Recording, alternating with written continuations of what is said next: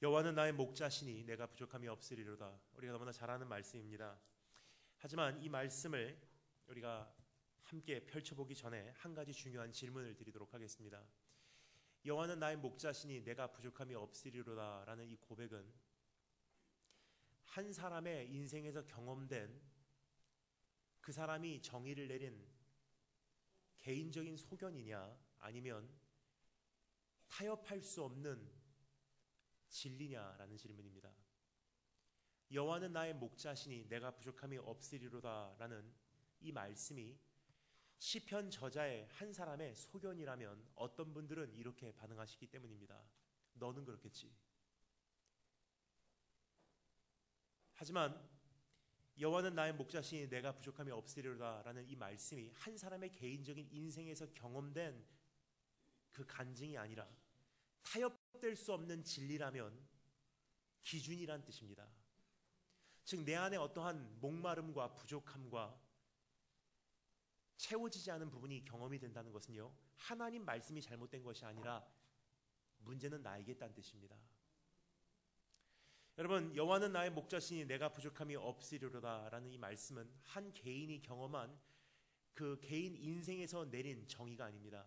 이것은 성경이 우리에게 전파해 주고자 선포해 주고자 하는 타협될 수 없는 진리의 말씀이라는 것입니다. 다른 말로 표현하자면 이러한 뜻입니다. 내 안에 어떠한 부족함이 감지가 된다는 것은요, 나에게 문제가 있다는 뜻이에요. 내 안에 어떠한 목마름이 발견이 된다는 것은요, 나에게 문제가 있다는 뜻입니다. 왜냐면요, 그분께서 정말로 목자시라면 나에게는 분명히 부족함이 없어야지 당연한 것이기 때문에. 자, 그렇다면 내 안에 왜 그러한 목마름이 감지가 되는지 우리 한번 정리해 보도록 하겠습니다. 여호와는 나의 목자시니 내가 부족함이 없으리로다. 이 말씀이 정말로 사실이라면요, 내 안에 부족함이 있을래야 있을 수가 없다는 거예요. 근데 왜 내 안에 어떤 부족함이 감지가 되는지, 그것은 몇 가지 이유가 있겠지만 우선적으로 첫 번째는 그분께서 목자로서 내 인생에서 아직도 여전히 인정받지 못하고 있기 때문입니다. 두 번째 이유가 있습니다. 관점 차이라고 생각을 합니다. 그분은 여전히 신실하게 인도하시고 계심에도 불구하고 그 인도하심의 손길을 알아볼 수 있는 안목이 없기 때문이에요.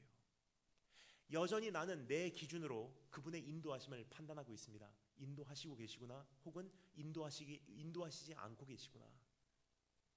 여러분, 그래서 오늘 부흥의 첫날 우리가 사실 무엇을 주님께 아뢰어야 할지, 무엇을 놓고서 부르짖어야 할지 정하기 전에 내 안에 걸러져야 될 부분들이 있어요. 하나님께서 오해받으시는 부분들을 우리 한번 풀기를 원합니다. 하나님께서 정말 답답해 하시지 않나 저는 생각을 합니다. 왜냐? 인도하시고 계심에도 불구하고 여전히 우리는 그분의 인도하심을 감지하지를 못하고 있기 때문입니다. 자, 그렇다면 목자 되신 그분께서 우리의 삶에 등장하시는 순간 나를 어떻게 인도하시는지 목자의 세 가지 사역을 여러분과 제가 함께 정리해 보도록 하겠습니다. 목자의 세 가지 사역 함께 오늘 이 시간 이 말씀을 통해서 정리해 보도록 하겠습니다. 첫 번째, 인도하심. 두 번째, 함께하심. 세 번째, 채워주심. 여호와는 나의 목자이시니 내가 부족함이 없으리로다. 왜요? 나를 인도하시기 때문에, 나와 함께 하시기 때문에, 나를 채워주시기 때문에. 자, 그럼 이 세 가지를 함께 오늘 이 시간 정리해 나가도록 하겠습니다. 그럼 첫 번째, 목자의 사역 따라서 감사했습니다. 인도하심. 여러분, 사실 3일 동안 부흥회를 해도요, 어떠한 부흥 강사의 이야기를 듣고 그 사람의 개인적인 인생에 대한 스토리를 여러분께서 듣고 감동을 하시고 돌아가셔도 사실 3일이 지난 후에는 작심삼일일 뿐더러 내 안에 공허함이 남게 돼 있어요. 그래서 오늘 이 시간 시작되는 3일 동안의 이 부흥 집회는요, 하나님 말씀 듣고 하나님 말씀 기억하고 우리가 돌아가기를 원하기에 더도 말고 덜도 말고 우리 구절구절 하나님 말씀 살펴나가도록 하겠습니다. 그래서 오늘 이 시간 인도하심에 대해서 우리에게 말씀하신 하나님의 음성 직접 읽어보도록 하겠습니다. 1절부터 3절까지 말씀, 펼치신 말씀 여러분 덮지 마시고 하나님 말씀 직접 읽겠습니다. 1절부터 3절 다 같이 한 목소리로 읽겠습니다. 시작.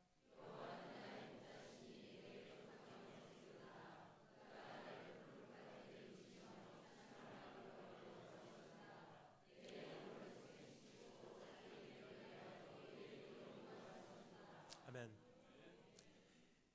여호와는 나의 목자시니 내가 부족함이 없으리로다. 왜요? 나를 인도하시기 때문에. 1절부터 3절까지의 말씀은 목자 되신 그분께서 나를 인도하시는데 어떻게 인도하시는지를 우리에게 정리해주는 그러한 그림이 아닌가 생각이 됩니다. 여러분, 우리가 보통 생각하는 인도하심의 그림과 성경이 우리에게 약속하는 인도하심의 그림이 조금 차이가 있습니다. 따라서 내가 가지고 있는 인도하심에 대한 정의로는요, 그분께서 인도하시고 계심에도 불구하고 그 인도하심을 감지할 수 있는 능력이 내 안에 없다는 거예요. 내가 보통 생각하는 인도하심은요, 결과론적 인도하심을 우리는 생각을 합니다. 예를 들어서 내 사업이 잘 되고 있는 것을 보니까 인도하시고 계시구나. 내 대학으로 진학하는 그 길이 잘 열리는 것을 보니까 기적적으로 인도하시고 계시구나. 뭐죠? 결과론적으로 그분의 인도하심을 우리가 판단하고 있다는 거예요. 혹은 옵션 위주로 우리가 주님의 인도하심을 우리가 정의할 때가 있지 않나 생각이 듭니다. 예를 들어서 주님, 이 대학을 갈까요? 저 대학을 갈까요? 주님 인도해 주시기 원합니다. 주님, 이 길을 선택할까요? 저 길을 선택할까요? 인도해 주시기 원합니다. 주님, 이 자매하고 결혼할까요? 저 자매하고 결혼할까요? 인도하시기 원합니다. 행복한 고민입니다. 뭐죠? 하나님께 몇 가지 옵션을 드리고요, 그분께서 가장 좋은 방법을 나에게 제시해달라고, 마치 하나님께서 대신 제비 뽑아달라고 우리가 주님께 아뢰고 있는 것과 마찬가지라는 거예요. 우리가 보통 주님께 아뢰고 있는 인도하심은요, 이러한 인도하심을 우리가 구하고 있다는 것입니다.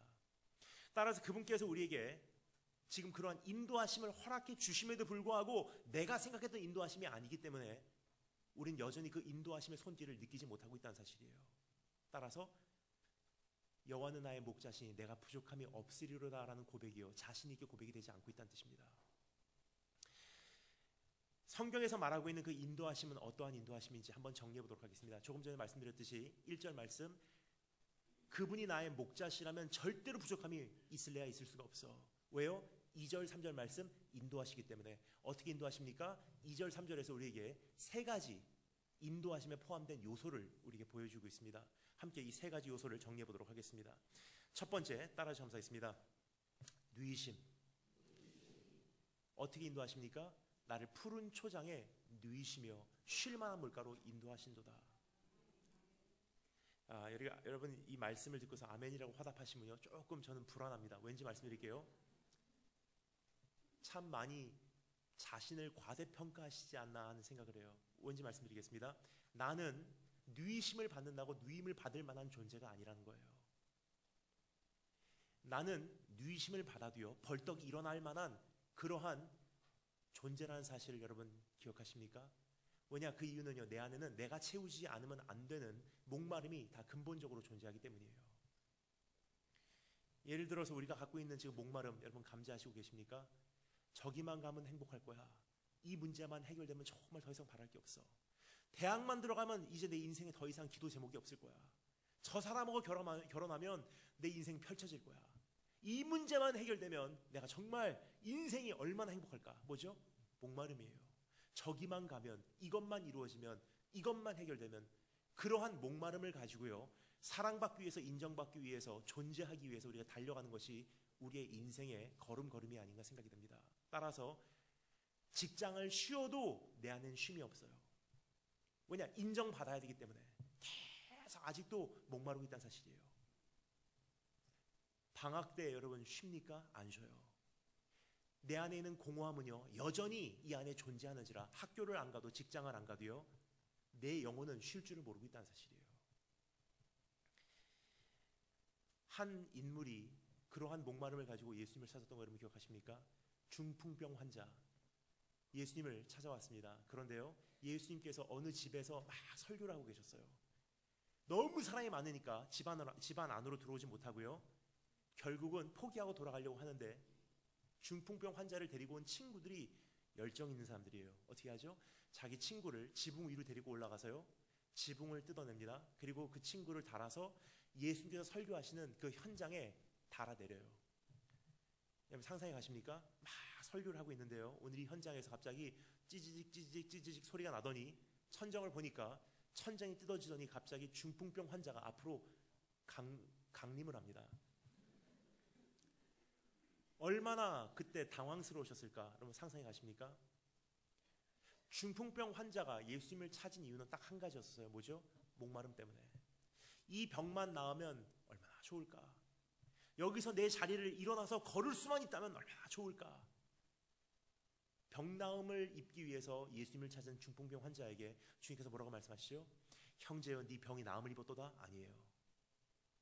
형제여, 네 죄가 사함을 입었도다. 그 이유가 무엇일까요?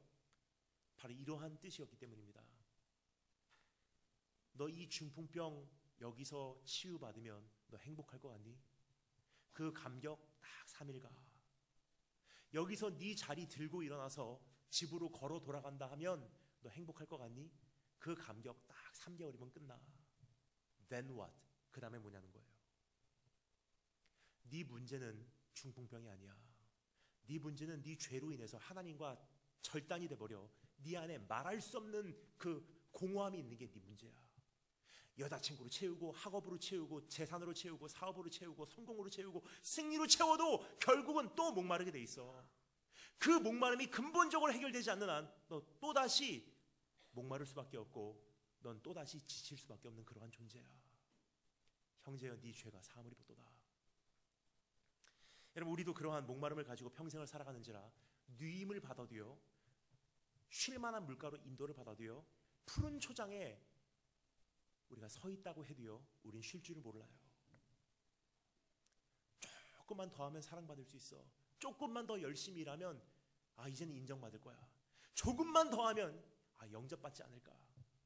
그러한 지침을 가지고 한평생을 다름질하는 것이 우리의 인생의 모습이 아닌가 생각이 됩니다. 30평에서 40평, 40평에서 50평, 50평에서 60평. 제가 다니다 보면요, 가끔 중고등부 전도사님들이나 중고등부 우리 부장 집사님들이요, 우리 수험생들을 데리고 저에게 찾아오세요. 목사님, 우리 아이들을 위해서 조금 절실하게 기도 좀 해주세요. 제가 기도를 물론 해드리긴 하지만 어떻게 기도해드릴까요? 여쭤보면요, 이렇게 말씀하십니다. 우리 아이들 정말 불쌍한 아이들이에요. 대한민국의 그 수험생들이라는 아이들은 정말 불쌍한 존재입니다. 이 아이들이 정말 지금 힘든 인생을 살아가고 있는데 이 아이들이 정말 이 과정을 잘 극복할 수 있도록 기도 좀 해주세요. 목사인지라 물론 기도는 해주긴 하지만 솔직히 제 마음을 말씀드릴게요. 전 그 아이들이 불쌍하다고 단 한 번도 생각한 적이 없습니다. 왠지 말씀드리겠습니다. 수험이 끝나면 행복해질까요? 대학 들어가면 행복해질 거야? 아니에요. 대학교 딱 들어가니까 인턴십만 잡으면 행복해질 거야? 아니에요. 취업만 하면 행복해질 거야? 진학만 하면 행복해질 거야? 취업하면 진급만 하면 행복해질 거야? 가정을 꾸미면 행복해질 거야? 저 사람하고 결혼만 하면 행복해질 거야? 이제 이사만 가면 행복해질 거야? 내 사업을 시작하면 행복해질 거야? 이 병만 나으면 행복해질 거야? 조금 더 나은 보험을 들으면 행복해질 거야? 한평생을 그렇게 살다가 어느 날 죽음이 덮치면 그 나라 가는 것이 우리의 인생이 아닌가 생각이 됩니다. 여러분, 어디까지 저렇게 되면 행복해질 거야 라는 그 목마름을 가지고 살아가려고 작정하셨습니까? 여러분, 분명히 말씀드리겠습니다. 그날은 절대로 오지 않습니다. 내 안에 있는 목마름이 근본적으로 해결되지 않는 한 나는 한평생 목마를 수밖에 없는 존재래요. 근데 우리 주님께서 어떻게 하십니까? 목마름을 해결해 주기 위해서 필요할 때마다 원하는 거 다 주세요? 아니에요. 나를 푸른 초장에 누이신다는 것은요, 정확하게 번역하면 이런 번역입니다. He makes me lie down in green pastures. 굉장히 강력한 표현으로 기록이 돼 있어요. 무슨 뜻이냐면요, 누워! 나를 누이시며 라는 표현이 아니라 누워! 너 이대로 달려가다가 다치게 돼 있어.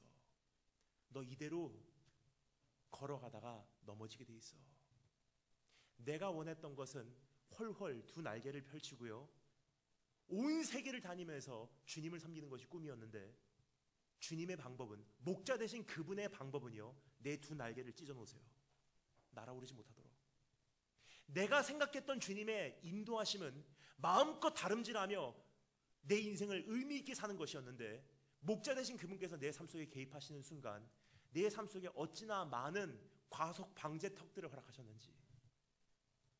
가정의 틀이라는 틀로 나를 묶어 놓으셨고요, 사업의 의무라는 틀로 나를 묶어 놓으셨고요, 학생이면 학생의 의무라는 틀로 나를 묶어 놓으셨고요, 때로는 장애, 때로는 교통사고, 때로는 내가 돌보지 않으면 안 되는 나의 부모님 혹은 나의 동생 혹은 가난이라는 사슬로 나를 묶어 놓으셨어요. 저주예요? 아니에요. 목자 되신 그분이 사용하시는 방법입니다. 내가 원했던 것은 마음껏 걸어가서 주님 나라 확장하는 것이 내 목적이었건만 때로는 주님께서 나로 하여금 주저앉게 하세요. 그때는 우리는 원망합니다. 하나님 정말 살아계십니까? 하나님 어디 계십니까? 나를 버리셨습니까? 나를 떠나셨습니까? 근데 시간이 조금만 지나가잖아요. 그러면요, 나중에 알게 됩니다. 내가 원했던 것은 두 날개를 펼치고 온 세계를 날아다니는 것이 내 꿈이었는데 주님께서 두 날개 찢어 놓으셨어요. 그 나중에 되니까 알게 됩니다. 두 날개를 찢어 놓으셨기 때문에 주님 등에 업혀서 주님과 함께 갈 수가 있었고요. 달려가지를 못하게 과속 방제턱들을 만들어 놓으셨기 때문에 주님과 함께 걸어가며 교제할 수가 있었고요. 주저앉아서 일어날 수가 없었기에 그곳에 나를 찾아오신 주님과 그곳에 잠시 머물며 주님과 교제하며 추억을 만들 수 있었어요. 내가 생각하는 주님의 인도하심은요, 내가 원하는 그 길로 갈 때 막 길을 열어주시는 인도하심이에요. 근데 주님께서 선하신 목자로 우리 삶 속에 등장하실 때는요, 양의 기준으로 인도하신 분이 아니세요. 목자의 기준으로 인도하신 분이세요. 목자의 기준은 무엇입니까? 때로는 주저앉게 하시고, 때로는 속도 줄이게 하시고. 나는 유학, 하지만 주님은 유학 가서는 안 된다고 생각하셨기에 막으시는 거예요. 나는 이 사업이 번창해야 돼요. 하지만 때로는 주님께서 판단하실 때 너 이 사업 번창하면 이제부터 10년 후에는 나라는 존재는 네 인생에 없어. 때로는 사업을 어렵게 하세요. 여러분들, 하나님 앞에서 우리가 정리할 것이 있습니다.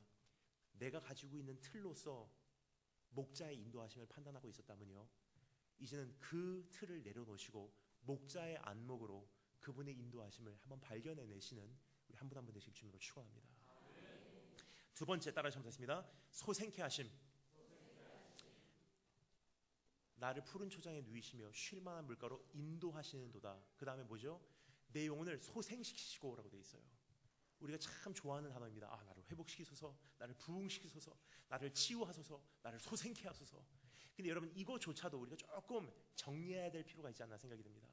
우리가 생각하는 소생케 하심은요, 갑자기 힘이 없었던 자가 힘이 생기고, 죽을 뻔했던 자가 갑자기 치유가 되고, 망했던 자가 갑자기 벌떡 일어나서 이제는 혈기왕성한 자로 살아가는 것이 소생케 하는 단어로 우리가 생각을 합니다.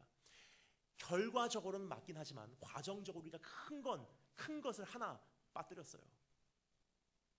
진짜로 회복이 되기 위해서는요, 반드시 동반되는 한 과정이 있다는 거예요.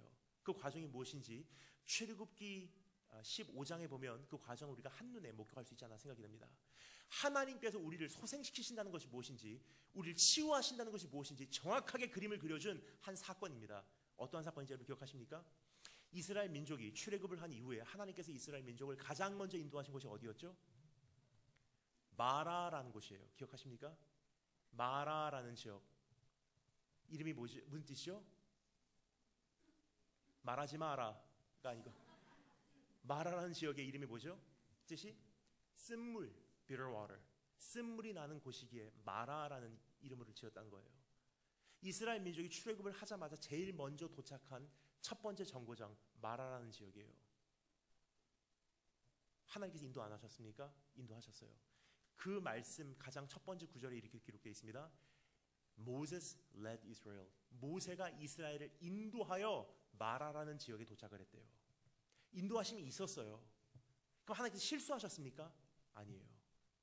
하나님께서 마라라는 지역으로 이스라엘 민족을 인도하시는 이유가 있었다는 거예요. 왠지 말씀드리겠습니다. 이스라엘 민족이 400년 동안 애굽 생활을 하면서 여러분 어떻게 먹고 살았는지 여러분 기억하십니까? 그 당시는요, 율법이 이스라엘 민족에게 정리가 되기 전 시대예요. 따라서 무엇을 먹어도 되는지 무엇을 먹으면 안 되는지를 모르고 있었어요. 그럼 400년 동안 이스라엘 민족이 애굽에서 살면서 무엇을 먹고 살았는지 여러분 상상해 가십니까? 애굽 사람들 먹는 거 그대로 먹고 살았어요. 부정한 건지 몰라요. 기준이 없으니까. 부정한 것도, 먹으면 안 되는 것도, 더러워진 것도, 우상에게 바친 것도 다 먹고 살았어요. 근데 하나님께서 이스라엘 민족을 탈출시킨 다음에 이 민족을 하나님의 백성으로 건국시키기 전에 가장 먼저 그들로 하여금 돌파케 하셨던 과정, 마라의 과정이에요. 뭐죠? 성경에서 말하는 이 마라라는 지역에서 나는 그 쓴물은요, 맛이 없는 물이라는 뜻이 아니에요. 먹으면 이거 써 물이, 그런 뜻이 아닙니다. 성경에서 말하는 이 쓴물이라는 뜻을 정리하자면 사람이 감당할 수 없는 물이라는 뜻이에요. 그 지역을 고고학자들이 파헤친 결과 어떠한 물이 나는지를 발견했어요. 고마그네슘, 고칼슘. 따라서 그 물을 마시면요, 사람 몸은 그것을 감당하지 못해서 토해내게 돼 있어요. 목마르니까 마셔요. 마시면 토하고 마시면 토하고 마시면 토하고. 왜 그랬을까요? 이 단어를요, 이 과정을 복잡하게 설명할 필요가 없습니다. 왜냐, 지금 이 현대 시대에 살고 있는 우리들에게는요, 이 과정을 한마디로 요약할 수 있는 좋은 단어가 존재하기 때문이에요. 디톡스, 해독이에요, 해독. 400년 동안 절대로 먹어서는 안 되는 것들을 먹고 살았어요. 몸을 부정하게 하고 몸을 해치는 것들, 해로운 것들을 400년 동안 먹고 살았어요. 출애굽을 하자마자 이스라엘을 축복하시는 회복의 과정에서 이스라엘을 가장 먼저 돌파케 하셨던 첫 번째 과정 뭐죠? 마시면 토하고 마시면 토하고. 해독의 과정이에요.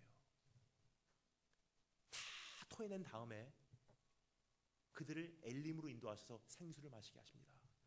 이 두 가지 사건을 한마디로 요약해서 여호와 라파, 치유하신 하나님, 소생케 하신 하나님. 우리가 생각하는 것은 생수를 마시게 하는 과정만 생각해요. 우리가 생각하는 것은 아팠던 부분을 치유하시는 과정만 생각을 합니다. 하지만 여러분, 정말로 치유를 받기를 원한다면요, 상한 데를 도려내는 과정도 있고요, 정말로 치유를 원하신다면요, 썩어가는 곳을 빗으로 잘라내는 과정도 필수가 된다는 사실이에요. 따라서 정말로 하나님께서 우리를 인도하시기를 원하신다면요, 내가 생각하는 도깨비 방망이 뚝딱하면은 내가 원하는 대로 인도하시는 하나님이 아니라 하나님께서 내 삶 속에 개입하실 때 내가 생각하지 않았던 방법으로 개입하신다는 사실을 여러분, 이제는 우리가 기억해야 될 때가 되지 않았나 생각이 듭니다. 토해내게 하신 하나님이세요. 이런 뜻입니다. 남자친구 이 사람만 사귀면 내가 정말 이제는 행복해질 줄 알았어요. 그래서 남자친구라는 그 샘물을 통해서 내 이 갈증을 해결하고자 계속 마셔요. 근데 이대로 가다가는 나는 썩어서 죽게 생겼기에 하나님께서 어떻게 하십니까? 토해내게 하세요. 헤어지게 하십니다. 인도 안 하세요? 그게 인도하시는 하나님의 모습이에요.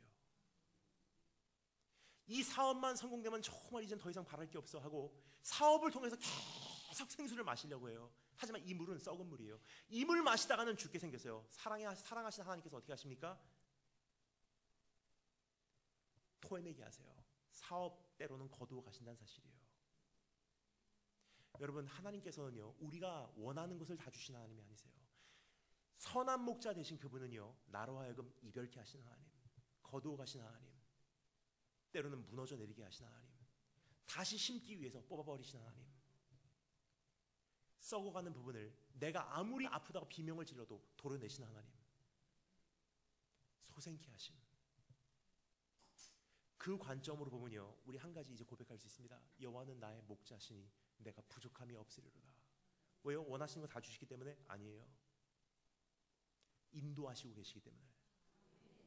세 번째 인도하심의 그림입니다. 따라서 감사했습니다. 합당케 하심. 내 영혼을 소생시키시고 어떻게 해요? 자기 이름을 위하여 나를 의의 길로 인도하신도다. 여기 보면요, 이미 그 딱 한마디 속에 어떠한 기도를 응답하시고 어떠한 기도를 거절하시는지 이미 다 기록이 되어 있습니다. 기준이에요. 어떠한 기도는 응답하시고 어떠한 기도는 주님께서 거절하시거나 보류하세요. 어떠한 것은 주님께서 허락하시고 어떠한 것은 주님께서 거두어 가세요. 그 기준이 뭘까요? 자기 이름을 위하여 나를 의의 길로 인도하신도다. 즉 하나님의 이름에 부끄럽지 않은 존재로 만들어내기 위해서라면 주실 수도 있고 거두어 가실 수 있다는 뜻이에요. 세우실 수도 있고 무너뜨려 내릴 수도 있다는 뜻이에요. 그럼 여러분, 사업이 어렵다고 인도하시지 않는 겁니까? 아니에요. 사업이 어렵다는 것은요, 주님께서 아직도 나를 인도하시고 계시다는 그 손길이 계시다는 뜻입니다. 여러분, 저는 최근에 제 제자 한 명이 그 아들과 함께 대화를 하는 모습을 보고서 제가 충격을 받았어요. 전 어린 아이들을 전 잘 모릅니다. 왜냐면 저는 아직 미혼이고요. 어린 아이에 대해서 잘 모릅니다. 그냥 어린 아이를 보면요, 그냥 사실 어떻게 다뤄야 되는지 전 잘 모르고 있어요. 어린 아이 보면 그냥 조그만 인간이구나, 그 정도로 생각을 합니다. 근데 참 재밌더라고요. 애 아빠, 제 제자입니다. 남자 청년하고 애 아빠하고 어린 아이 한 2살, 3살 정도 된 것 같아요. 같이 대화를 나누는 모습을 보고요, 제가 옆에서 참 큰 은혜를 받았습니다. 아빠하고 가만히 앉아서 이렇게 있는데요, 갑자기 그 어린 아이가 아빠 보고 이렇게 얘기를 해요. 반창고 달래요. 저는 못 알아들었는데 그 아빠는 금방 알아듣고요, 가방에서 데일밴드 한 상자를 꺼내서 주더라고요.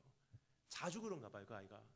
그러니까 데일밴드 한 상자 주니까 그 아이가 상자를 열어서 여러 가지 크기의 데일밴드를 다 이 테이블에다가 펼쳐놓고요, 까서 얼굴에다 붙이고, 까서 얼굴에다 붙이고, 얼굴 이곳저곳에 다 데일밴드로 붙여놓기 시작했어요. 저는 심각하게 걱정이 되기 시작했습니다. 얘가 좀 이상한 애인가. 더 이상 붙일 데일밴드가 없고 상자가 다 비워지니까 그 아빠가 자리에서 벌떡 일어나서 그 아이의 머리에, 이마에 손등을 대봐요. 그러더니 열이 있네. 그리고 나중에 병원에 데리고 와서 알게 되었습니다. 그 아이가 폐렴이에요. 그 아이는요, 자기가 아프다는 건 알아요. 자기가 지금 건강하지 못하다는 것은 알고 있어요. 자기에게 문제가 있다는 것은 알고 있어요. 하지만 어디가 아픈지 몰라요. 그러니까 어디가 아픈지는 모르니까 아빠에게는 표현을 해야 돼요. 반창고. 그날 밤 저는 혼자서 길을 걸어가다가 그 장면을 가만히 생각하다가 울었어요. 왜냐면요, 성경 구절 한 구절이 생각이 나서있기 때문입니다. 여러분, 이 말씀 기억하십니까? 로마서 8장 말씀. 우리가 마땅히 아를 바를 모르나 나를 도우시는 성령님께서는 말할 수 없는 탄식으로 우리를 위해서 간구하시나니. 마땅히 아를 바를 모른다는 것은요, 내가 초신자이기 때문에, 새신자이기 때문에 계획기도 잘 못한다는 뜻이 아니에요. 마땅히 아를 바를 모른다는 것은요, 기도 훈련이 좀 덜 됐기 때문에 기도를 유창하게 못한다는 뜻이 아닙니다. 우리가 마땅히 아를 바를 모른다는 것은요, 내 자신을 내가 제대로 진단할 능력이 없다는 뜻이에요. 우리는 하나님 앞에 와서 그래서 이렇게 기도합니다. 하나님, 이 사업 정말 성공시켜 주셔야 됩니다. 그래야지 내가 정말 행복할 것 같습니다. 반창고. 하나님, 이 가정 문제 해결해 주지 않으면 정말 안 될 것 같습니다. 반창고. 남자친구 정말 나에게 허락해 주시옵소서. 이 남자만 생기면 나 정말 행복할 것 같습니다. 반창고.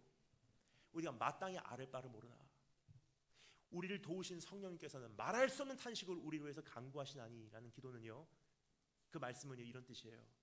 내가 말도 안 되는 기도를 그렇게 드렸을 때 사실은 내 문제가 뭔지도 모르고 이 사업만 성공하면 행복해질 거야, 이 대학만 들어가면 행복해질 거야, 잘못 진단하고 내 진짜 문제는 하나님과 나와의 관계가 단절이 돼버려서 내 안에 있는 말할 수 없는 공허함으로 이 죄로 인해서 지금 힘들어하고 있는 것이 내 문제인데, 문제를 잘못 짚어서 이 문제 해결되면 행복해질 거야, 저 문제 해결되면 행복해질 거야, 반창고 붙이고 있으면요, 성령님께서 그 기도를 그대로 들으시고 아버지께 가서 그대로 우리를 위해서 말씀해 주신다는 뜻이 아닙니다. 우리를 위해서 말할 수 없는 탄식으로 간구하신다는 것은요, 중재자 역할을 하신다는 뜻이에요. 중보자 역할을 하신다는 뜻이에요. 즉, 내 잘못된 기도를 아버지께 가서요, 반복적으로 계속 말씀하신다는 뜻이 아니라 내 기도를 번역하신다는 뜻이에요. 로마서 8장 그 말씀 전에 어떤 말씀들이 있죠? The future glory. 이제부터 이 말, 장래의 영광에 대한 말씀이 기록되어 있습니다. 지금은 비록 우리 죄로 인해서 이렇게 한계가 있는 인생을 살아가나 그날이 오면 죄에서 자유를 얻으리니 하나님의 영광에 동참할 것이요. 그 말씀이 쭉 기록된 다음에 그 다음에 나오는 말씀이 우리가 지금은 마땅히 아를 바를 모르나 지금 우리가 이 인생을 돌파하기 위해서 성령님께서 말할 수 없는 한식으로 나를 위해서 간구하시나니, 이런 뜻이에요. 나는 지금 막 반창고 붙이고 있습니다. 그럼 그 기도를 들으시고요, 성령님께서 이렇게 하신다는 뜻이에요. 그 기도를 들으시고 아버지께 그대로 가지고 갑니다.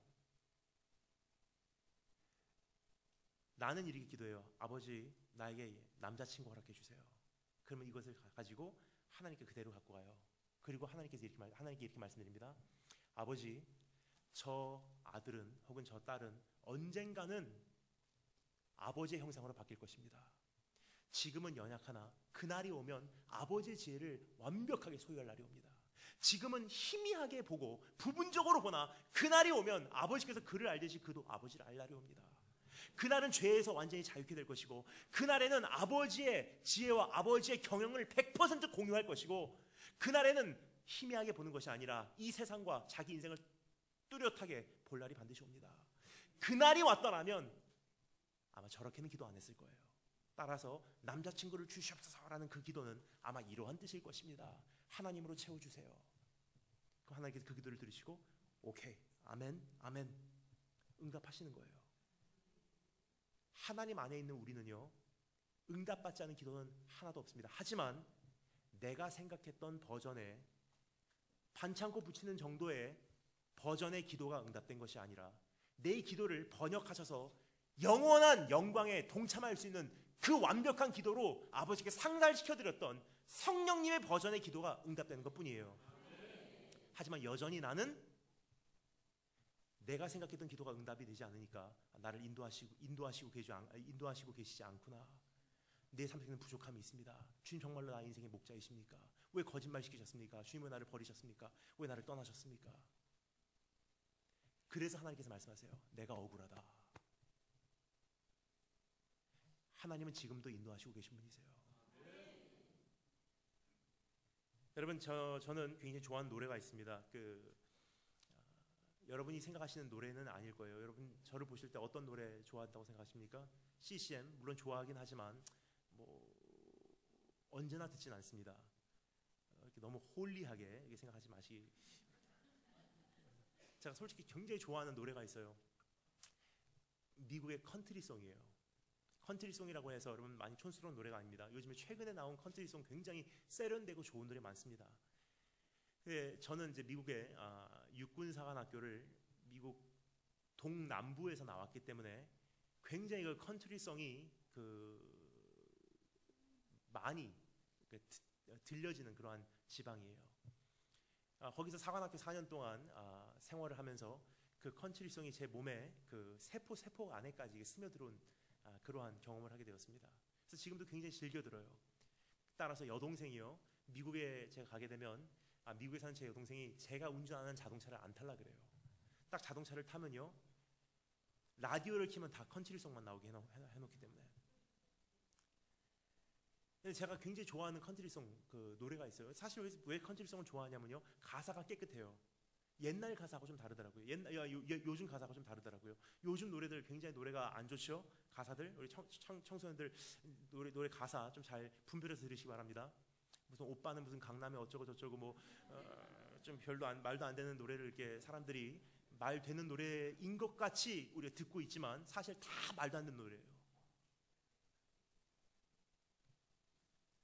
근데 컨트리송 가사 굉장히 좋은 게 많아요. 그래서 굉장히 컨트리송을 좋아합니다. 그 중에 제가 제일 좋아하는 노래가 한 곡 있어요. The Unanswered Prayers, 응답받지 않은 기도라는 노래가 있어요. 가사를 제가 설명드릴게요. When I was a young boy, I had a crush on this little blonde-haired girl.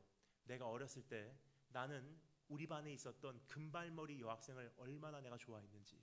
여러분, 이건 제 얘기가 아닙니다. 그 노래 가사입니다. 이 부분 정말 중요한 부분들 졸다가 갑자기 딱 이 가사 때만 딱 눈 뜨신 분들이 계세요. 그리고 나중에 이렇게 말씀하셔도 이상하잖아요. 목사님, 그래서 결혼을 안 하셨군요. 분명히 말씀드리겠습니다. 제 얘기가 아니에요. 컨트리송 가사입니다. 내가 어렸을 때 우리 반에 있는 그 금발머리 여학생을 내가 얼마나 좋아했는지, 집에만 오면 나 그 여학생을 위해서 내가 주님께 기도했다네. 하나님, 저 여학생을 나에게 허락해 주세요. 그러면 내 인생에 더 이상 바랄 게 없습니다. 저 학생의 마음을 나에게 향하게 해주세요. 그러면 내가 평생 주님만을 섬기겠습니다. 초, 중, 고 짝사랑한 거예요. 그러나 그 기도는 응답받지 못하고 고3을 졸업을 하고 대학으로 진학을 해버린 거예요. 다른 주로. 거기서 대학 4년을 마치고 취업을 하고 열심히 회사 생활하다가 사랑하는 아내를 만났어요. 이제 운명적인 자기의 짝을 만난 거예요. 정말 사랑하는 여인을 만나서 그 여인과 결혼을 하고 아름다운 가정을 꾸밉니다. 아름다운 자녀를 키우고 행복한 가정을 꾸몄어요. 그렇게 행복하게 생활을 하고 있다가 어느 날 학교 동창회, 모교 동창회로 고향에 돌아온 거예요. 동창회에 왔는데 그냥 20-30명 모이는 정도 아니에요. 미국의 동창회는요 수천 명이 모여요. 옛날에 있었던 선생님들까지 다 모입니다. 그러면 아내와 함께 그 캠퍼스를 거닐면서 얼마나 그 많은 대화가 이루어졌을까 상상해 가십니까? 아내에게 소개를 했을 거야. 자기야 저희가 내 수학실이었었어. 저희가 내 과학실이었었어. 야, 저분이 우리 교장 선생님인데 많이 연세가 드셨구나. 이렇게 소개를 했을 거예요. 한참을 이렇게 아내와 산책을 하는데 갑자기 시야에 들어옵니다. 그 금발머리 여학생. 정말로 오랜만에 본 그 여인의 모습. 그때 노래 가사가 이렇습니다. 그 순간 나는 그 여인을 보는 순간 난 내 아내를 보았다네. 그 여자를 보고 자신의 아내를 보고 그 여자를 보고 자신의 아내를 보고 그리고 나는 고백했다네. 노래 가사예요. Some of God's greatest gifts are unanswered prayers. 하나님께서 우리에게 주실 수 있는 최고의 기도 응답 중에 한 가지는 기도 응답을 거절하시는 거라네. 그때 응답하셨다면요 지금의 아내를 못 만난 거예요. 근데 우리는요 우리 인생을 판단할 때 오늘이라는 기준으로 단편적으로 하나님을 판단을 해요. 왜 이거 안 주셨습니까? 오늘 나에겐 이게 필요한데. 근데 하나님께서 우리의 인생을 인도하실 때는요 위에서 보시는지라 영생에서 영생까지라는 기준으로 80평생이라는 기준으로 우리의 인생에 무엇을 주어야 할지 무엇을 주지 말아야 할지를 주님께서 판단해 나가신다는 거예요. 그럼 여러분 오늘 내 삶에 있는 수많은 현실들 저주를 받아서 지금 아플까요? 아니에요. 목자 되신 그분께서 우리에게 오늘 말씀하십니다. 눕힐 수밖에 없었어. 너 그대로 달려가다가는 사고 당하게 돼 있었어. 그래서 교통사고를 만나서 병상에 눕게 하시고 그대로 달려가다가는 쓰러질 수밖에 없기 때문에 사업을 어렵게 하심으로 가정과 시간을 더 많이 보내고 자녀들 진학해서 대학 보내기 전에 아들, 딸과 함께 시간을 보내게 하시고 한 걸음 한 걸음 인도하시는 하나님 주셔도 감사, 거둬가셔도 감사. 그래서 고백할 수 있습니다. 여호와는 나의 목자시니 내가 부족함이 없으리로다. 두 번째 단어 점수했습니다. 함께 하심. 우리 한번 다 같이 직접 읽겠습니다. 4절 말씀 한 목소리로 읽겠습니다. 4절 한 목소리로 함께 하심에 대해서 읽겠습니다. 시작.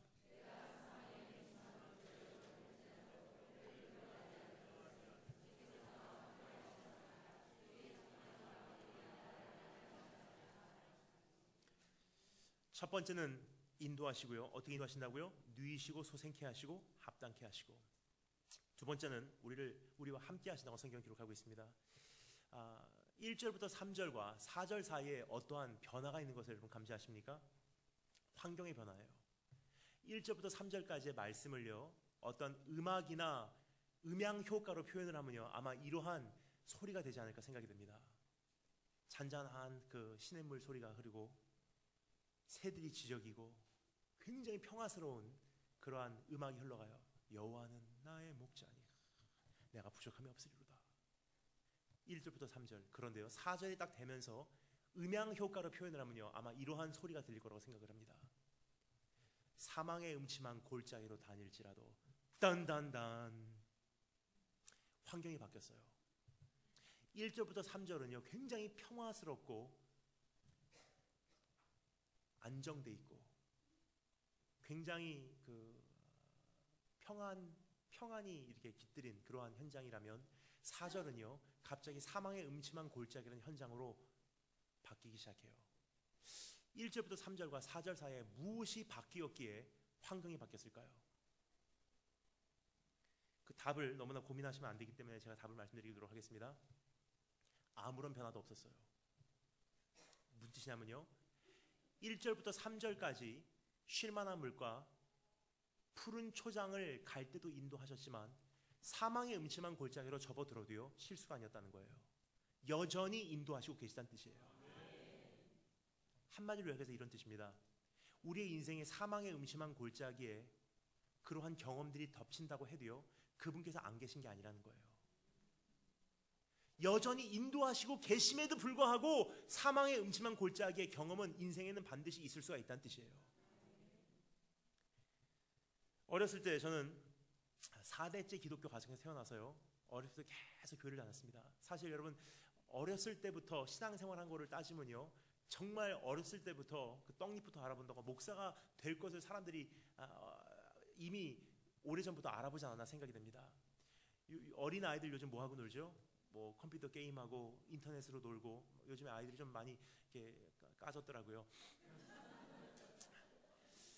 제가 죄송합니다. 지금 우리 말이 제가 서툴 때가 있습니다. 저에 대해서 모르신 분들을 위해서 제가 조금 설명을 드리자면요, 저는 10년 한국, 10년 일본, 10년 미국, 그리고 10년째 선교사로서 온 세계를 돌아다니기 때문에 우리말을 정식으로 배운 지는 지금 30년이 되었습니다. 10살 때 이후로는 저는 우리말을 정식으로 배운 적이 없습니다. 그런데 요즘 아이들 보면요 참 그렇게 많이 좀 이렇게 어른스럽게 놀아요. 또 이게 불편하더라고요 저는. 근데 저희 때만 해도 아이들이 조금 모자른 아이들 같이 놀았던 기억이 납니다. 막대기 갖고 막 칼이라 그러고 막 서로 싸움하고, 자기는 닌자라고 얘기하고 막 아파트 2층에서 뛰어내리고, 개구리 잡으러 가고.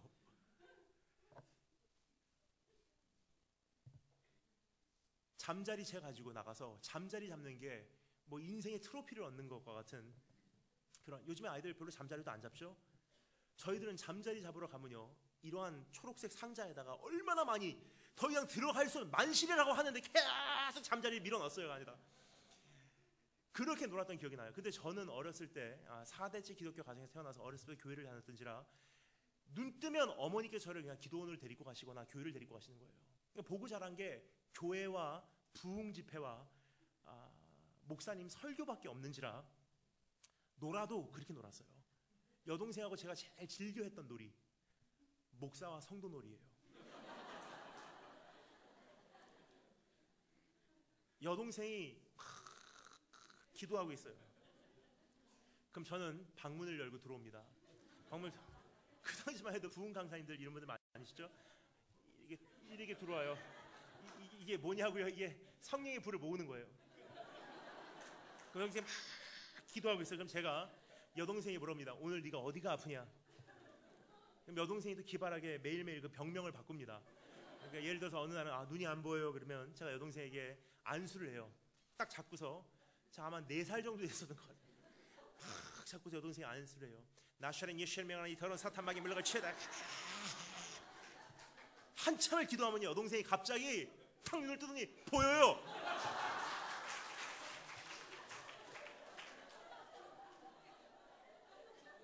그렇게 여동생과 놀면서 자랐어요. 그래서 여러분 얼마나 어렸을 때부터 수많은 부흥 집회와 수많은 교회 집회를 다녔는지 여러분 상상하십니까?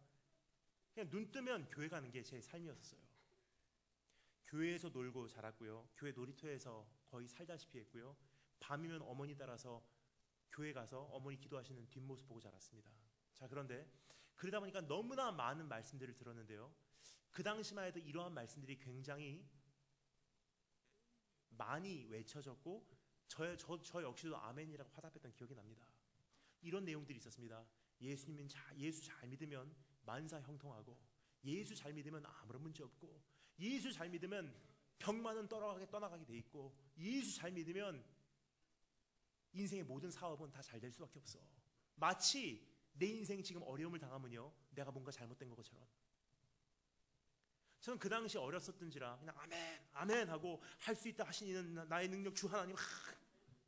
그런데요 성장하면서 보니까, 세상에 들어가서 보니까, 특별히 선교지 나가서 보니까 또 그렇지 않더라고요. 왜냐면요, 그 기준으로 선교사님들의 인생을 잣대질하잖아요. 하나님께 저주받은 자들이에요.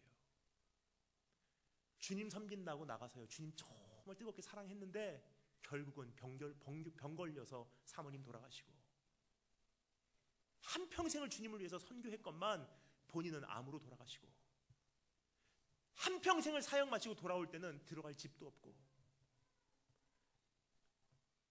그분들 예수님 잘 안 믿었습니까? 여러분, 우리 하나님은 그런 하나님이 아니세요. 우리 하나님 우리에게 이렇게 약속하신 분이세요. 나를 열심히 섬기고 내가 너를 인도를 해도 사망의 음침한 골짜기의 과정은 반드시 있을 수 있어. 아무리 예수 잘 믿어도요, 때로는 나를 눕히시는 하나님이세요. 아무리 예수를 잘 믿어도요, 때로는 나로 하여금 토해내게 하시는 하나님. 이별케 하시고 거두어 가시고, 막 잡으려고 하면 그것을 내 손을 펼치셔서 내 손에서 거두어 가시고, 그리고 하나님의 이름에 합당한 자로 나를 만들어내시기 위해서 때로는 거절하시고 보류하시고 사망의 음침한 골짜기로 나를 인도하실 수가 있다는 거예요. 그런데 하나님께서 우리에게 약속하시는 것은요, 그러한 과정이 없을 거라고 약속하시는 것이 아니라 그러한 과정이 있을 것이다, 하지만 그러한 과정 가운데도 내가 너와 함께 할 것이라고 약속하시고 계시다는 거예요. 근데 여러분, 여기 중요한 단어가 있습니다. 사망의 음침한 골짜기로 번역이 되어 있는데요, 영어 성경은 이렇게 번역합니다. 정확한 번역이에요. Though I walk through the valley of the shadow of death, 사망의 그림자의 골짜기를 지날지라도, 사망의 그림자가 막 곁들어 있는 그 골짜기를 지날지라도 내가 해를 두려워하지 않을 것은 주께서 나와 함께 하심이라. 왜 그림자라는 단어를 사용을 했냐면요, 그게 우리의 인생이 경험하는 우리 현실과 똑같다는 거예요. 여러분, 문제가 너무나 심각하고요, 눈물이 너무나 많이 흐르고요, 숨 막힐 정도로 사람이 인생에 고통과 아픔을 경험하면요, 사방이 껌껌해요. 내일이 보이지 않고요, 해결책이 보이지 않고요, 우리 안에 외쳐지는 한 목소리가 있습니다. 하나님 정말 살아계십니까? 주님 어디 계십니까? 사망의 음침한 골짜기의 경험은 바로 이러한 경험입니다. 주님 어디 계세요? 주님 어디 계세요? 주님 아직도 살아계십니까? 혹시 우리를 버리셨습니까?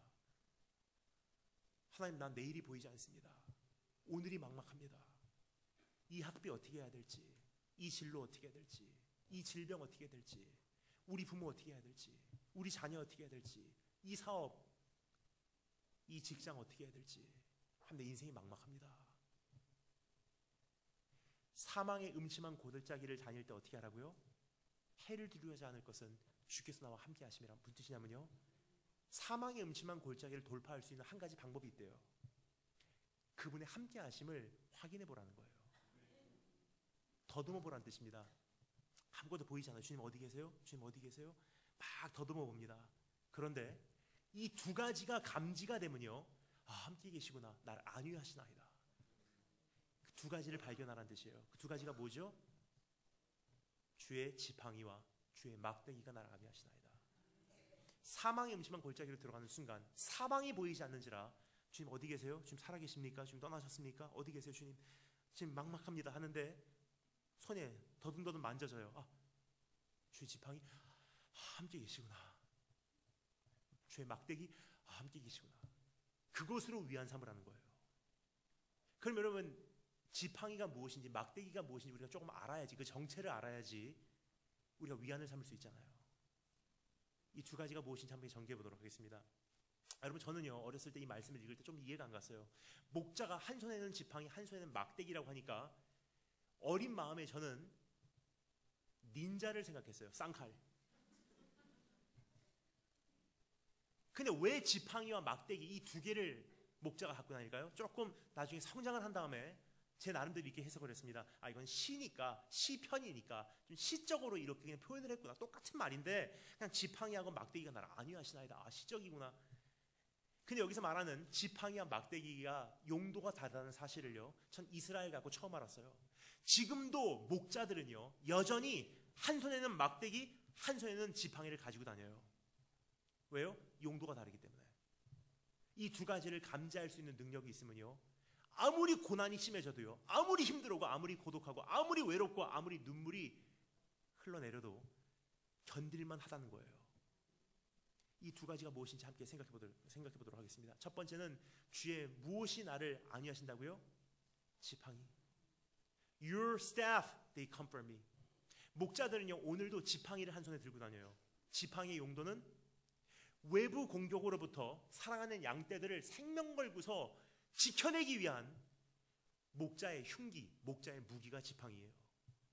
외부 공격이 오잖아요. 양떼들을 지켜내기 위해서 목자는 지팡이를 가지고 맞서 싸워요.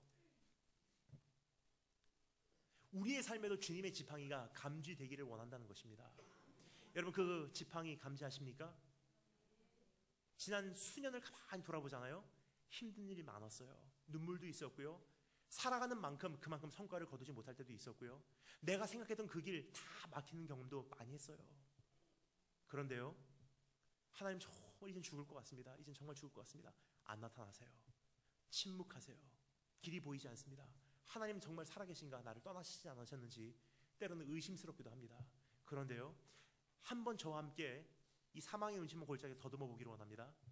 지난 10년 동안, 지난 5년 동안, 지난 수년 동안을 가만히 생각해 보면요, 결정적인 순간에는 언제나 나타나셨어요. 오늘 밤은 못 넘깁니다 하는데 새벽에 역사하시더라고요.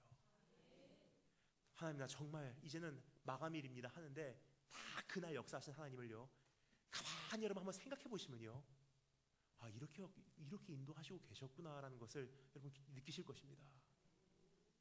내가 원할 때 안 나타나시는 분이시지 결정적인 순간, 하나님의 판단하시는 그 순간은 언제나 나타나셔서 나를 지켜오신 하나님을 여전히 우리가 경험하고 있지 않나 생각이 됩니다. 우리의 관점에서는요, 우리의 인생이 막 가는 것 같아요. 세상이 막 가는 것 같고요, 세상 뒤집어진 것 같아요. 걷잡을 수 없이 문제가 악화되는 것 같아요. 내 현실, 내 인생 어디까지 이렇게 갈까? 자, 그런데요, 하나님의 눈동자에서 한번 살펴보겠습니다. 사단이 욥이라는 사람을 시험할 때 하나님께서 어떻게 하십니까? 네가 원한 대로 시험해. 거기서 끝나지 않아요. 사단이 욥을 시험한다고 하나님께 2번 찾아왔어요. 두 번 다 하나님께서 어떻게 하십니까? 시험할 수 있는 고난을 주시는 범위를 정해놓으셨어요. 첫 번째, 내가 욥을 시험하겠습니다. 하나님께서 말씀하십니다. 네가 원하는 대로 욥을 마음껏 시험해. 하지만 욥은 건들지 마. 범위를 정해놓으세요. 두 번째, 내가 욥을 시험하겠습니다. 하나님께서 말씀하십니다. 네가 원하는 대로 다 건드려도 괜찮아. 하지만 욥의 생명은 건들지 마. 범위를 정해놓으세요. 우리가 생각하기로는요, 이 문제 영원토록 해결 안 될 것 같이 보여요. 우리가 느끼기로는요, 이 문제 걷잡을 수 없이 막 가는 것 같아요. 우리가 생각하기로는 내 인생과 이 세상은요, 뒤집어진 것 같아요. 흐트러진 것 같아요. 저질러져 버린 것 같아요. 물이 마음껏 쏟아져 버린 것 같아요. 근데 여러분 분명히 기억하시기 바랍니다. 나를 지팡이로 지키신 하나님은요, 범위를 정해놓으셨어요. 주님께서 허락하신 것보다도, 예정하신 것보다도 한 방울이라도 그 눈물은 더 흘려지지 않고요, 그 고난은 단 하루도 길어지지 않아요. 정해놓으신 범위가 존재한다는 거예요. 그것을 믿는 것이 주님의 지팡이를 발견하는 것입니다. 여러분, 그 지팡이를 우리가 정말로 안다면요, 그 지팡이를 내 삶 속에서 인정을 한다면요, 그 지팡이를 내가 정말로 내 삶 속에서 감지를 한다면요, 아무리 주님이 보이지 않는 그날이 온다 할지라도 견딜 수 있다는 거예요. 주의 지팡이가 나를 안위하시나이다. 두 번째, 따라하시면 좋습니다. 막대기. 지팡이와 막대기의 용도는 다르다고 말씀드렸습니다. 어떻게 다른지 말씀드릴게요. 막대기는요, 목자들이 꼭 한 손에 들고 다니는 이유가 있어요. 지팡이는 외부 공격으로부터 양떼들을 지켜내기 위해서 외부 공격과 맞서 싸우기 위한 무기지만, 막대기는 양떼들이 잘못된 길로 갈 때, 양떼들이 잘못된 물을 마실 때, 양떼들이 자기 자신을 자해하는 어떤 행위를 할 때 목자들이 양떼를 내려치기 위한 용도예요. 그거 먹지 마. 거기 가지 마. 그 사람하고 만나지 마. 거기에 손대지 마. 지팡이는 양떼들 지켜내기 위한 용도, 막대기는 양떼들을 때리기 위한 용도. 얼마나 감사한지. 목자는요, 한 손에는 지팡이, 한 손에 막대기 갖고 있으면서 불구하고 그게 헷갈리지가 않아요. 목자가 깜빡하고요, 지팡이로 양떼를 내려쳤다면 어떻게 될까요? 양떼들은요, 산산조각나게 돼 있어요. 이것을 성경에서 뭐라고 말하죠? 하나님께서는 우리에게 감당할 수 있는 시험 외에는 주시지 않는데요. 나를 파괴시키는 게 목적이 아니라는 거예요. 내가 지금 안고 있는 고통과 아픔과 눈물과 문제와 오늘의 현실은요, 나를 파괴할 만한 문제는 아니라는 거예요. 나를 멸망시키기 위한 용도가 아니기 때문에, 나를 책망하시기 위한 용도, 나를 올바른 길로 인도하시기 위한 용도, 주의 형상을 빚어내시기 위한 용도. 그래서 나를 막대기로 경책을 하세요. 거기 가지 마. 그거 먹지 마. 금을 마시지 마. 너 그거 마셔도 해결 안 돼. 여러분, 이것을 신약 성경 히브리서에서는 이렇게 말합니다. 하나님께서 사랑하는 이마다 채찍질 하나니 채찍질하지 않는 자는 사생자요 하나님의 아들이 아니니라. 여러분, 오늘 잠시 저와 함께 가만히 지난 몇 년을 돌아보면요, 채찍 맞았던 거, 주님 막대기를 우리가 경험했던 그 경험들을 다시 한번 되새겨 주시면 감사하겠습니다. 하나님 어디 계십니까? 라고 우리가 외쳤는데요, 주님 어떻게 내가 여기 있다라고 우리에게 증명하신 줄 여러분 기억하십니까? 나를 내려치심으로 나 너 버리지 않았어. 나 아직도 여기 있어. 내가 생각했던 확인시켜주는 방법은 아니에요. 근데 하나님 나름대로 나에게 확인시켜주셨던 기회들이 너무나 많았다는 거예요. 여러분, 이것을 저는 임마누엘의 흉터라고 부르고 싶습니다. 나와 함께 하신다는 그 임마누엘의 흉터, 나와 함께 하심을 확인하기 위해서 내가 얻을 수밖에 없었던 내 삶의 상처입니다. 그 상처를 소유하고 있는 한 사람이 기억이 납니다. 대표적으로 누가 있죠? 야곱이라는 사람이 있어요. 하나님과 야복강 앞에서 밤새도록 씨름하였던 그 한 사람 여러분 기억하십니까? 그 하나님 날 축복해 주지 않으면 내가 놓지 않겠습니다. 밤새도록 씨름을 해요. 씨름을 하다가 결국 해가 뜰 때 어떻게 하죠? 끝까지 놓지 않으니까 하나님께서 어떻게 하십니까? 야곱의 환도뼈를 치세요. 환도뼈라는 것은요, 우리말 잘못 이해하시면 안 됩니다. 환도뼈라는 허벅지뼈라는 뜻이 아니에요. 환도뼈는 힙사와켓, 지금으로 말하면 고관절이에요. 고관절에서 뼈가 빠져버린 거예요. 여러분, 교통사고를 당하시거나 아니면 운동하시는 분들, 부상을 입으신 분들 잘 아실 것입니다. 다른 부분은 다쳐도 그래도 그나마 감당할 만한데요, 고관절 뼈가 빠지면 어떻게 되는지 여러분 상상하십니까? 몸이 무너져 내리게 돼 있어요. 그날 그렇게 하나님을 만나고 그렇게 축복을 소유하고 야곱이 진으로 돌아올 때 여러분 어떻게 돌아왔는지 우리가 생각하기로는요, 나 하나님 만나서 축복받았어. 아니에요. 고관절 뼈를 하나님께 손상시켰다는 것은요, 무너져 내린 상태로 진까지 기어왔다는 거예요. 광야에서. 그러면서 야곱은 조금씩 회복되며 한평생을 쩔뚝쩔뚝하며 살았을 거예요. 근데 여러분, 이게 불행일까요? 아니에요.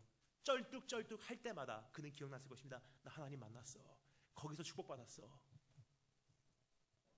우리의 삶에도 그러한 임마누엘의 흉터들이 있어요. 지금 생각하면 아찔한 그날 잡혀갔던 거, 무너져 내렸던 거, 산산조각 났던 날, 수치를 면치 못했던 날, 그날 큰 아픔을 경험했던 날, 그 문제가 터지는 순간 막 가슴이 뛰면서 그 전화 한 통 받는 그 순간 내 인생이 무너져 내리는 것과 같은 그 두려움을 경험했던 날, 우리 삶 속에 분명히 다 있었습니다. 근데 그 순간이 없었다면 내가 오늘 이 자리에 있을 사람이 아니에요. 그 사건 두 번 다시 없어야지 생각을 하지만 그날 하나님 만났기 때문에 그러한 사건을 통해서 주님을 또 한 번 만날 수 있다면 많이 아팠지만 그 상처는 난 무엇과도 바꿀 수 없습니다. 뭐죠? 임마누엘의 흉터예요. 이게 저에게도 그런 흉터들이 있어요. 돌아보면요, 정말 얼굴이 빨개지고요, 수치스럽고요, 너무나 아팠던 그런 순간들, 그런 상처들이 제 삶 속에 있습니다. 하지만 그것들을 통해서 나와 함께 하신다는 사실을 발견하게 되었고요, 그 사건들을 통해서 주님 앞에 한 걸음이라도 돌아올 수 있었고요, 그 상처들을 통해서 주의 막대기로 나를 치리하시는 하나님 앞에 내가 굴복할 수 있었고요. 그래도 그나마 조금이나마 여기까지 만들어 오지 않았나 생각이 됩니다. 그래서 여러분, 저는 지난날의 그 상처와 아픔과 고통을요, 그 무엇과도 바꿀 수가 없습니다. 여러분은 그런 임마누엘의 흉터를 소유하고 계십니까? 그것을 감지하시는 건 뭐죠? 주의 막대기 찾아보는 거예요. 주님, 그때 나에게 그렇게 내려치심을 감사합니다. 그때 왜 나를 때리시냐고 반항했건만 지금 가만히 생각해보니까 내가 너와 함께한다라는 주님의 음성으로 내가 내 가슴에 다시 한번 품습니다. 나를 인도하시고 나와 함께하시고. 지금 두 가지 살펴봤어요. 내가 생각했던 방법은 아니죠. 근데 여전히 주님께서는 인도하시고 계시고요, 함께하시고 계세요. 그래서 고백할 수 있습니다. 여호와는 나의 목자시니 내가 부족함이 없으리로다. 내가 원하시는 거 다 주셔서 아니에요. 신실하신 하나님은 선한 목자로서 여전히 이 약속을 지켜내시고 계시기 때문에. 마지막 세 번째 따라 점사했습니다. 채워주심. 우리 마지막으로 5절 6절 한 목소리로 읽겠습니다. 5절과 6절 말씀 한 목소리로 읽겠습니다. 시작.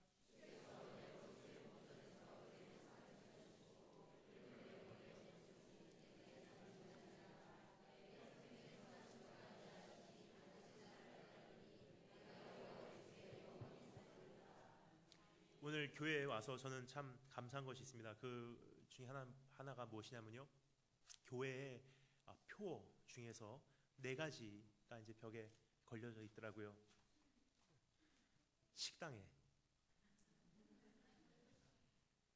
제일 첫 번째가 하나님주의, 두 번째가 성경주의, 세 번째가 교회 중심, 그 다음에 네 번째가 전도주의.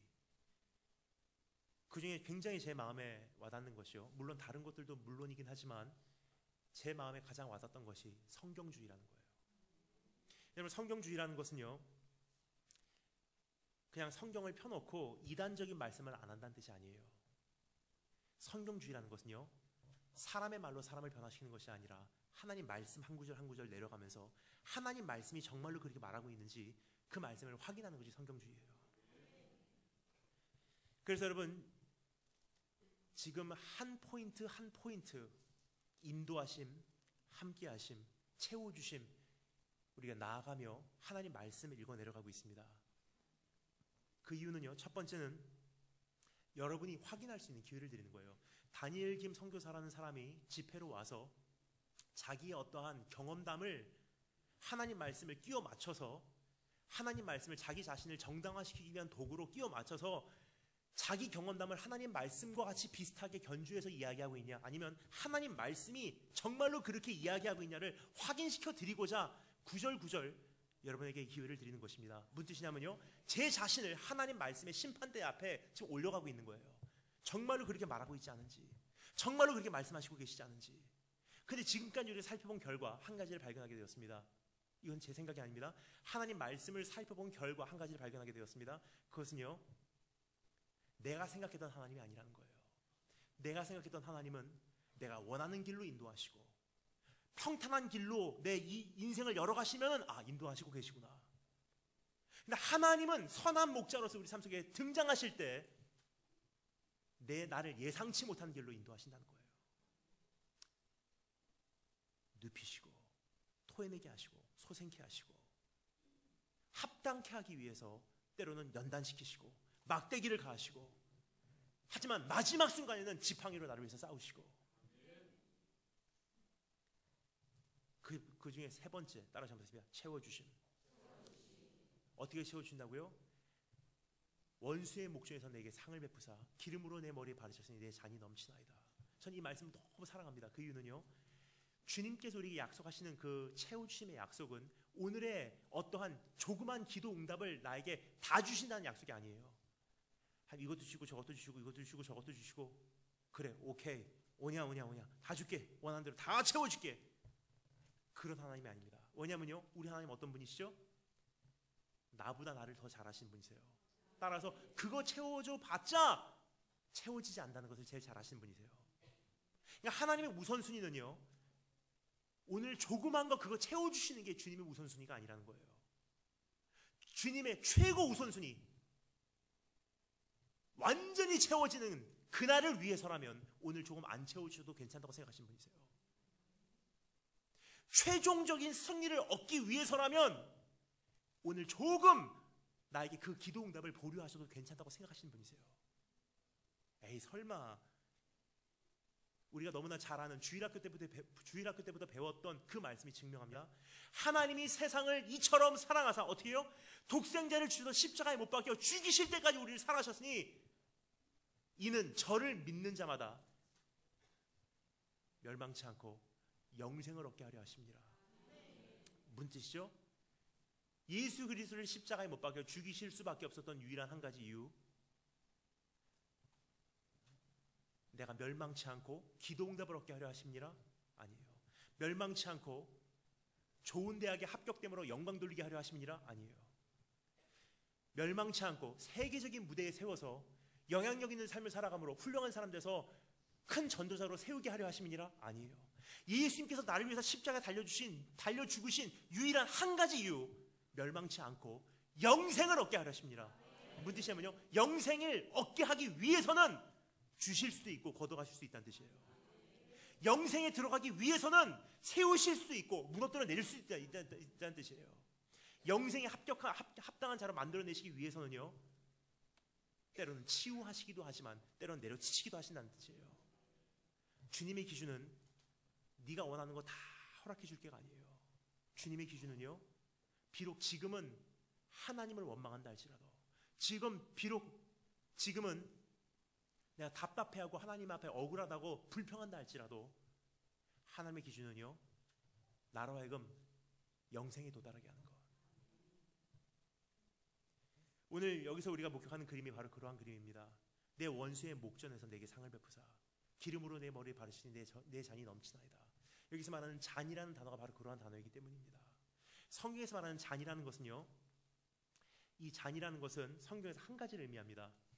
중동 지역에서는 물 한 잔 때문에 사람이 사냐 죽냐가 그 광야 생활을 하는 사람들에게는 정해지는 사실이기 때문에 잔이라는 것은 중동 지역에서는 한 가지를 상징합니다.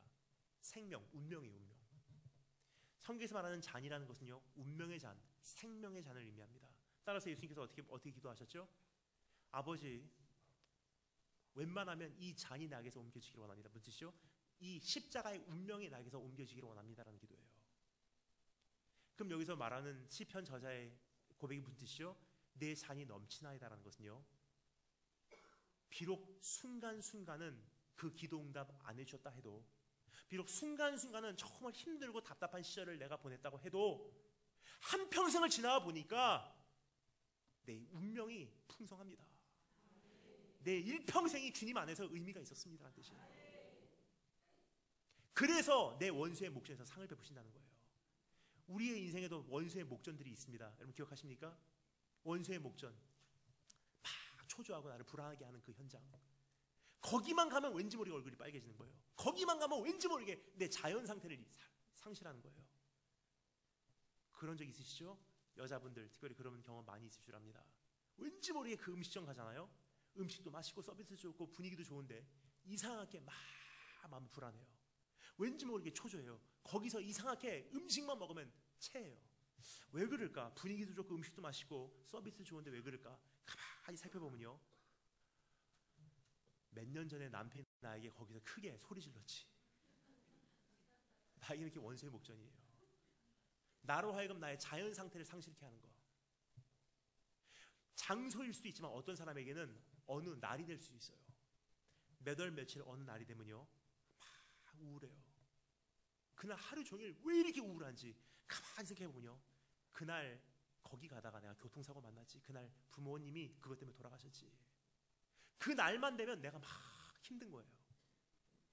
장소와 날이 될 수 있지만 어떤 사람들은요, 어떤 대상이 될 수 있어요. 그 사람만 만나면요, 이상하게 그 사람이 나에게 묻지도 않았는데 왠지 모르게 내 자신을 증명해야 될 필요를 느껴요. 너 요즘에 잘 살아? 얼마나 잘 산다 요즘에 내가. 내 자연 상태를 상실케 하는 원수의 목전이에요. 그때 받았던 그 상처 때문에, 그때 받았던 그 수치 때문에, 그때 받았던 내가 납득이 되지 않는 그 경험 때문에. 여러분, 그러나 주님께서 어떻게 하십니까? 내 원수의 목전에서 내게 상을 베푸사 상처를 주신다는 거예요. 여러분, 돈가스 하나도요 막 초조해하면서 불안해하면서 먹으면 어떻게 하죠? 체하게 돼 있어요.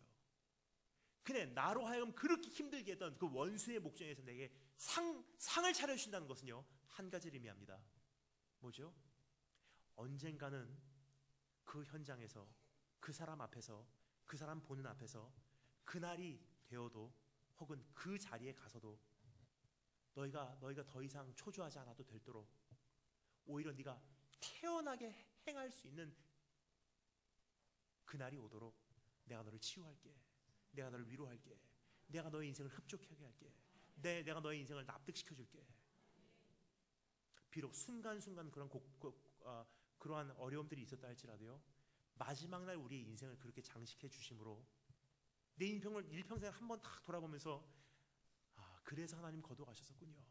그래서 하나님 그때 만나지 않게 하셨었군요. 그것으로 납득하게 하심으로 내 운명이 넘칩니다. 주님으로 풍성합니다. 그날을 나에게 허락해 주시는 약속이에요. 여러분, 저도 그런 경험이 있습니다. 저는 미국의 육군사관학교를 선택해서 지망해서 간 이유가 있어요. 수많은 학교를 갈 수 있었지만 미국 육사를 선택한 한 가지 이유, 중학교 1학년 때 예수님을 만나고 학교에서 핍박을 받고 노방전도를 6년 동안을 쉬지 않고 매주 토요일 저녁마다 외쳐왔지만 중학교 1학년부터 고3까지 거의 5, 6년을요 혼자서 일본 한 구석에서 전봇대 그 신호등에 매달려서 매주 토요일 저녁 6시에 노방에서 외쳐왔어요. 그 당시 친구들이 지나가면서 저에게 욕설도 외쳤고요, 일본 사람들에게 핍박도 받았지만 사실 그게 그 정도 핍박의 강도로는 이제는 만족이 되지 않더라고요.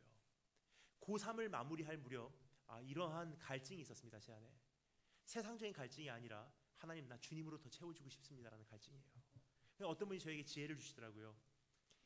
등 따스고 배부르면 영성이라는 것은 탄생될 수 없어. 평안한 가운데, 평탄한 가운데, 아무런 문제가 없는 가운데 눈물이 없이는 예수를 소유할 수 없어. 그래서 고3을 졸업하는 무렵 제 안에 갈망이 생겼어요. 어떻게 하면 예수로 내가 더 채워질 수 있을까?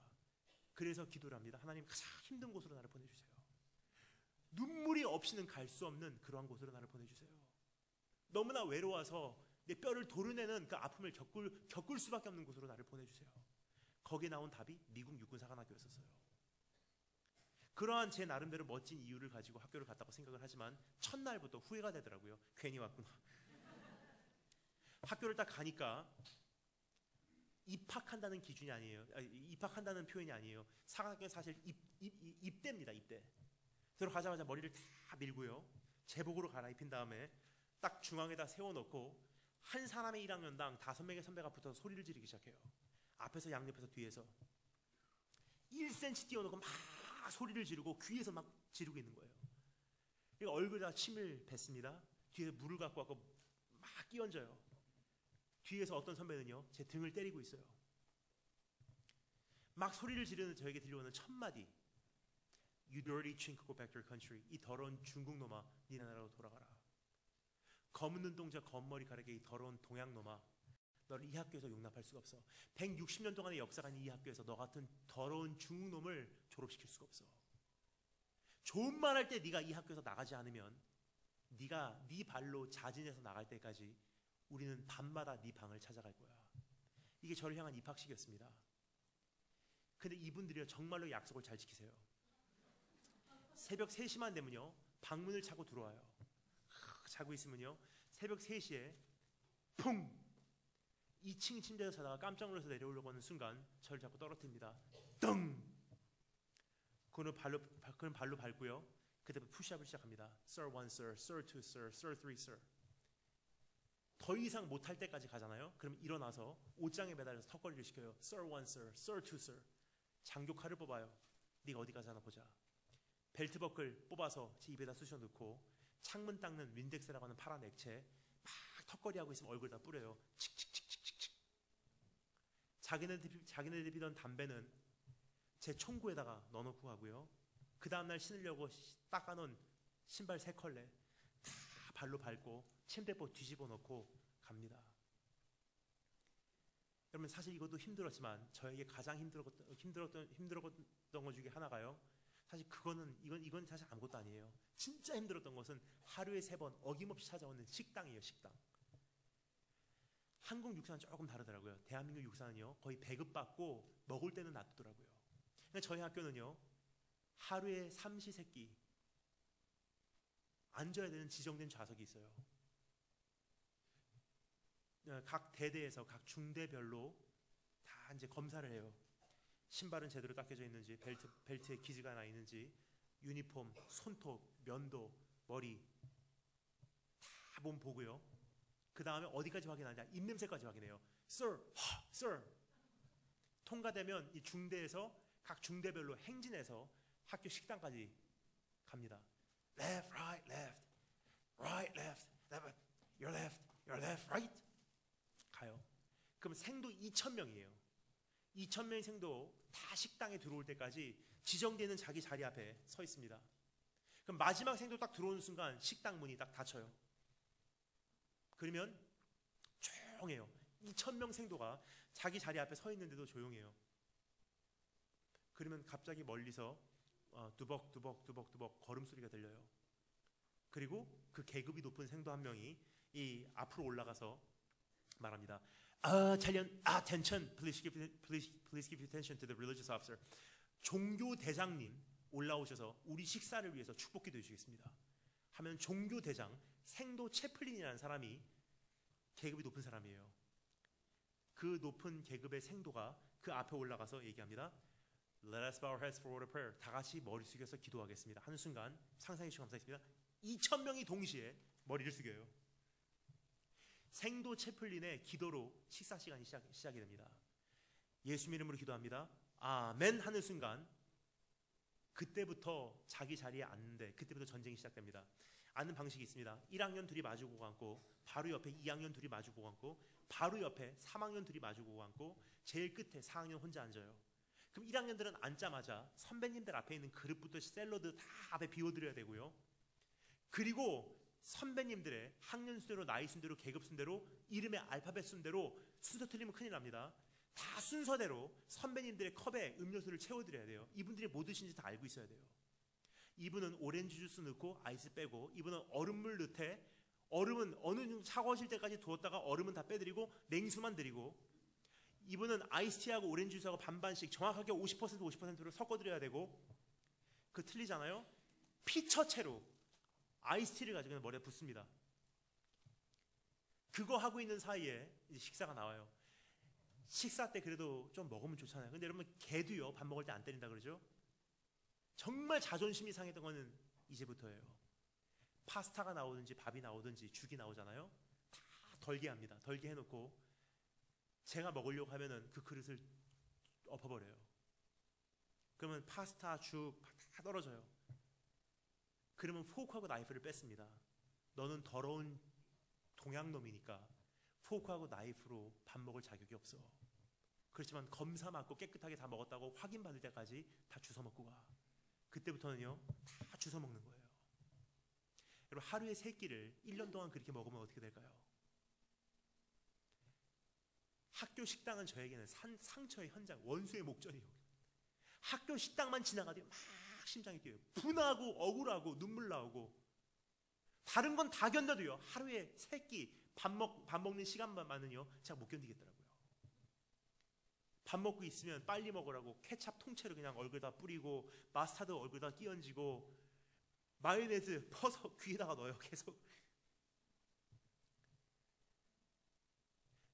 시간 관계상 다 간증은 드리지 않겠습니다. 하지만 그렇게 1년, 2년, 3년 지나갔는데요, 너무나 감사하게도 제가 4학년이 되는 생도, 4학년이 되는 해에 하나님께서 참 저희 큰 위로를 주셨어요. 우리 하나님은요, 이게 아픈데 이거 주신 하나님이 아니세요. 이게 아프면 여기서 나를 높이신 분이세요. 여기가 나에게는 상처의 현장인데요, 저기 가서 높이신 하나님이 아니세요. 우리 하나님은요, 여기가 나의 상처의 현장이라면 여기서 나를 높이신 하나님이세요. 참 기가 막힌 하나님이세요. 여러분 기억하십니까? 활활 타오르고 있는 모닥불의 현장 앞에서 사도 베드로가 주님을 3번 부인했어요. 근데 부활하신 예수님께서 베드로의 상처와 그 죄책감을 치유하시기 위하여 사도 베드로에게 찾아오셔서 네가 나를 사랑하느냐라고 물으신 그 현장이 어디죠? 활활 타오르는 모닥불 앞에서 생선 구워주면서 야 그거 잊어버려라, 내가 너를 사랑한다, 너 나 사랑하느냐. 모닥불 앞에서 있었던 그 기억을 더 아름다운 추억으로 덮어 써버리신 분이세요. 내 원수의 목전에서 내게 상을 베푸사 기름으로 내 머리 바르셨으니 내 잔이 넘치나이다. 제 경험이 바로 그런 경험입니다. 4학년이 되는 생도 때 하루에 3번 다 검사를 해요. 이제 제가 다니면서 검사를 합니다. 신발, 유니폼, 벨트, 손톱, 면도, 머리카락. 그래서 합격된 생도들 중대별로 식당으로 이제 행진해 가서 갑니다. Left, right, left, right, left. 그럼 2,000명 생도 들어올 때까지 다 자기 지정된 좌석에 서 있는 거예요. 그럼 2,000명째 되는 생도가 딱 들어오자마자 문을 닫습니다. 그럼 조용해요. 그럼 앞에 두벅두벅 계급이 높은 생도 한 명이 올라가서 얘기합니다. Italian attention. Please give attention to the religious officer. 종교대장님 올라오셔서 식사를 기도해 주시겠습니다. 그러면 상황이 되는 생도 때 제가 올라가요. 그리고 얘기합니다. Let us bow our heads for a prayer. 다 같이 머리 숙여서 기도하겠습니다. 하면요 2,000명 생도들이 그 한마디에 머리를 숙이고 기도를 준비합니다.